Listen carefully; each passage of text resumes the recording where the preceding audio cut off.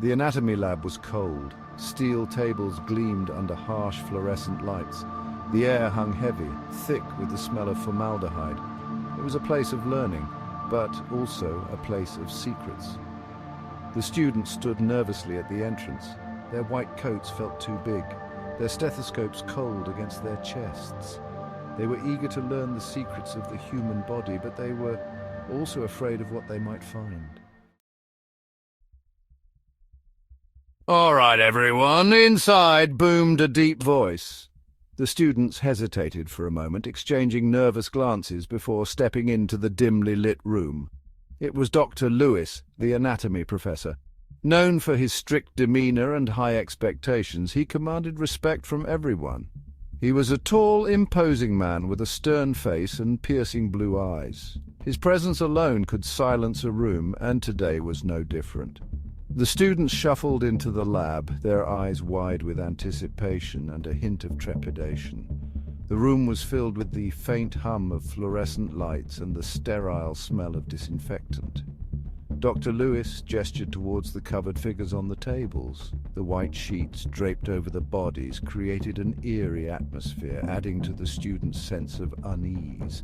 Each one of these, he said, his voice echoing slightly in the large room, was once a living, breathing person. His words hung in the air, heavy with meaning. They donated their bodies to science so that you could learn. Dr. Lewis paused, allowing the gravity of the situation to sink in. This was not just a class, it was a privilege and a responsibility. The students leaned closer, their initial fear replaced by curiosity. They were eager to uncover the secrets that lay beneath the sheets, to understand the complexities of the human body. This was it, the start of their journey into the mysteries of the human body. They knew that this experience would shape their future careers, and they were ready to embrace the challenge. The smell of formaldehyde was overpowering. It stung their nostrils and made their eyes water. But they tried to ignore it, focusing instead on Dr. Lewis's words. He began to explain the different parts of the body, pointing them out on the covered figures. The students listened intently, taking notes and asking questions. They were like sponges, soaking up every bit of information. But as the minutes ticked by, a strange feeling began to creep over them. It was as if they were being watched. Outside, a storm was brewing. The wind howled, rattling the windows of the lab. Rain lashed against the glass, obscuring the view of the outside world. The fluorescent lights flickered, casting long dancing shadows on the walls. The students shifted uncomfortably. The storm was making them nervous. They had been in the lab for hours, and the combination of the formaldehyde, the shadows, and the storm was starting to get to them. And then they heard it, a faint whisper coming from the back of the lab.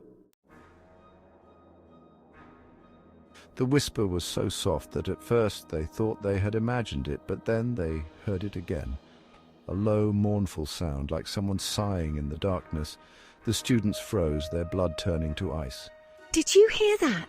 she whispered, her eyes wide with fear. The others nodded, too terrified to speak. Dr. Lewis, however, seemed oblivious. He continued talking, his voice droning on about the circulatory system. The whispers grew louder, more insistent.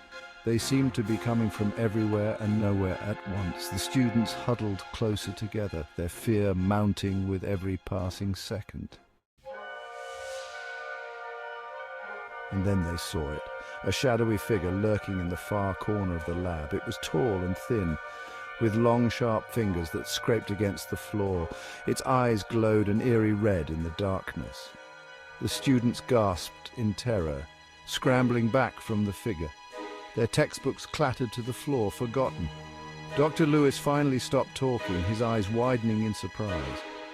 He turned to see what had spooked his students. "What was that?" he stammered, his voice trembling. But the figure was gone, vanished into thin air. "What was that?" stammered one of the students, his voice trembling. Dr. Lewis frowned, his face pale. "I don't know," he admitted, "but I'm going to find out." He strode over to a dusty old cabinet in the corner of the lab and pulled it open. Inside was a thick, leather-bound logbook. Dr. Lewis blew the dust off the cover and opened it up. The pages were yellowed with age. The ink faded. He began to read aloud, his voice low and grave. The logbook told the story of a medical student who had died in the lab many years ago.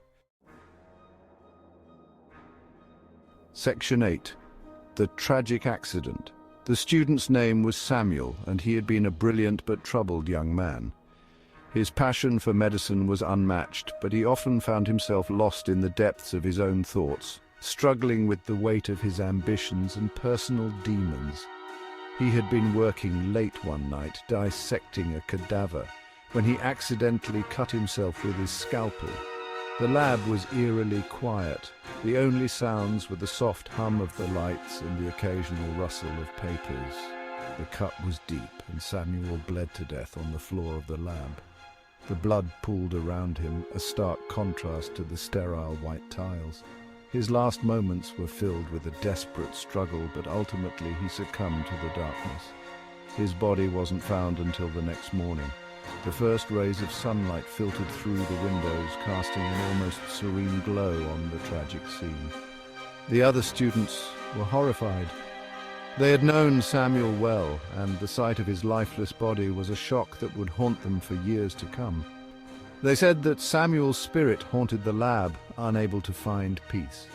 Whispers of his presence spread quickly, and the once bustling lab became a place of fear and superstition. They claimed to have seen his ghost, heard his whispers, felt his cold touch. The stories grew with each retelling, each one more chilling than the last. Dr. Lewis closed the logbook, his face grim. He had been a mentor to Samuel, and the loss weighed heavily on him. He had dismissed the stories as mere superstition. He was a man of science, and ghosts had no place in his rational world. But now, he wasn't so sure. The evidence was mounting, and the fear in the eyes of his students was undeniable. Perhaps there was more to Samuel's tragic end than he had initially believed. Section 9. Facing the Spirits. The whispers started again, louder than before. The shadowy figure reappeared, its red eyes burning into their souls. The students were paralyzed with fear, unable to move or speak. Dr. Lewis knew he had to do something. He stepped forward, confronting the figure. "You are intruding," hissed the figure, its voice like dry leaves rustling in the wind. "This is my domain." Section 10. Resolution. Dr. Lewis took a deep breath. "I just want to finish my work," whispered the figure. "I was so close." An idea struck Dr. Lewis. "We can help you finish it," he offered. "We can learn from your work, honor your legacy." Section 11. Lingering presence. The figure stood still, considering his offer. The air was thick with tension, as if the very walls of the lab were holding their breath. Slowly, the red glow in its eyes faded. It was as if the life force that had animated the figure was slowly draining away, leaving behind an empty shell. The whispers died down, replaced by a heavy silence, the kind of silence that presses down on you, making every small sound seem deafening. Then, with a sigh, the figure began to dissipate, like smoke on the wind. The lab was quiet. The oppressive atmosphere lifted, leaving behind a sense of eerie calm. The storm outside had subsided, leaving a peaceful stillness in its wake. The first rays of dawn began to filter through the windows, casting long shadows across the room. The students slowly got to their feet, their fear replaced by a sense of awe. They had witnessed something extraordinary, something that defied explanation. The experience had shaken them to their core, but they had faced their fears and found a way to appease the restless spirit. They exchanged glances, each one silently acknowledging the bond that had formed between them. The anatomy lab would never be the same.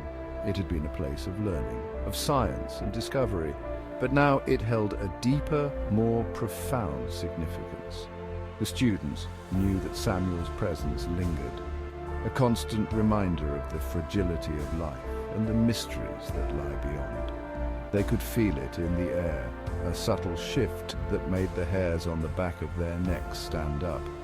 But they also knew that they were not alone. They had each other, and together they had faced the unknown and emerged stronger for it. They had each other, and they had the knowledge that even in death there was a certain beauty to be found in the human form. The lab, once a place of cold, clinical study, had become a sanctuary of sorts, a place where the living and the dead could coexist in a delicate balance. As they left the lab, the students felt a renewed sense of purpose.